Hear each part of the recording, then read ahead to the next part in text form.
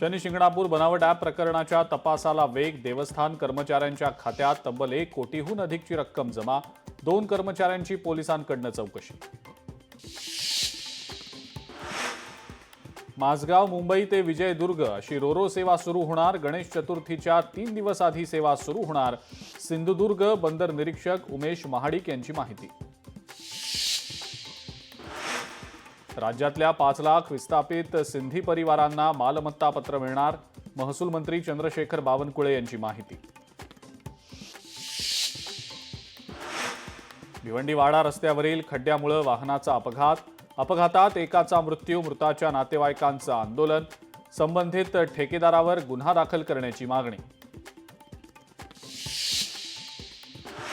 ज्ञानेश्वरी मुंडेंनी मनोज जरांगेंची घेतली भेट। जरांगेंच्या प्रकृतीची केली विचारपूस।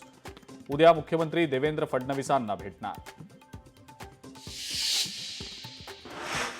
मीरा भाईंदरमध्ये शेतकऱ्याची फसवणूक। तलाठी कार्यालयाकडून फसवणूक। जमिनीच्या कागदपत्रात फेरफार करून झाली फसवणूक। एपीएमसी मार्केटमध्ये भाज्यांचे दर घसरले। पावसामुळे दर कमी झाल्याची माहिती। 20% भाज्यांचे दर झाले कमी। भंडारा जिल्हा दूध संघाची निवडणूक। दूध उत्पादक सहकारी संघामध्ये भाजपचा विजय। विलास काटेखाय यांच्या गळ्यामध्ये अध्यक्षपदाची माळ। बीड शहरामध्ये कचऱ्याचं साम्राज्य। नगरपालिकेच्या कचरा गाड्या बंद असल्यानं अनेक ठिकाणी कचऱ्याचे ढीग। शहरातल्या नागरिकांचं आरोग्य धोक्यात।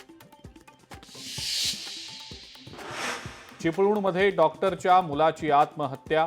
राहत्या घरी गळफास घेत आत्महत्या। ओवेस मुल्ला असं मृत मुलाचं नाव। आत्महत्येमागचं कारण स्पष्ट।